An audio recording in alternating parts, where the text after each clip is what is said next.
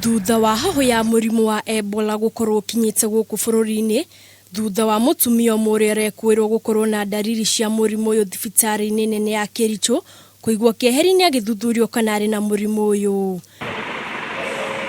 Minister wa ugima wa mwiri Thirikari ni atianirie riboti ino akiuga murimu ucio ndukinyite guku bururi-ini, inde uthuthuria makiria ni urathie na mbere na moimirira ni mekwanirira uthuthuria uyu warika.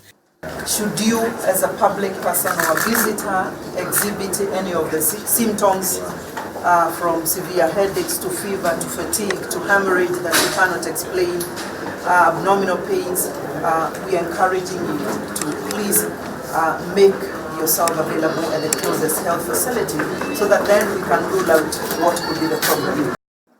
Sisi arekereirie riboti ino riria guthurimaga uria mihango ya guthima andu aria maraingira guku bururi-ini kuhitukira kiharo kia Jomo Kenyatta mararorwo matikae gutheremia murimu uyu guku bururi-ini.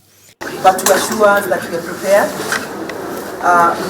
The health workers already trained and all of them are there at the port of entry, all of them, with heightened surveillance so that then we are making sure we screen all the people coming into the country through the border post. Kuringana na minister wa ugima wa mwiri kaunti ya Kericho Mutai, ona thengia ya murwaru uyu kweheranio na aria angi ndaronania dariri ciothe cia murimu uyu ni mendekithirie uthuthuria makiria utafanio.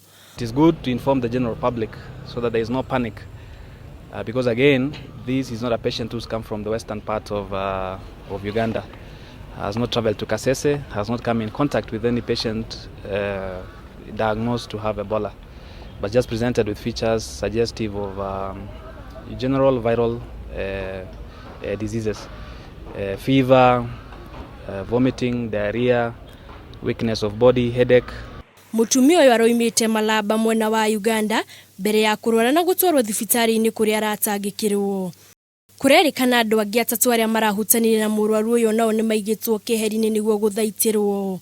Handu-ini ha Kameme TV, riakwa ni Muthoni wa Wanja.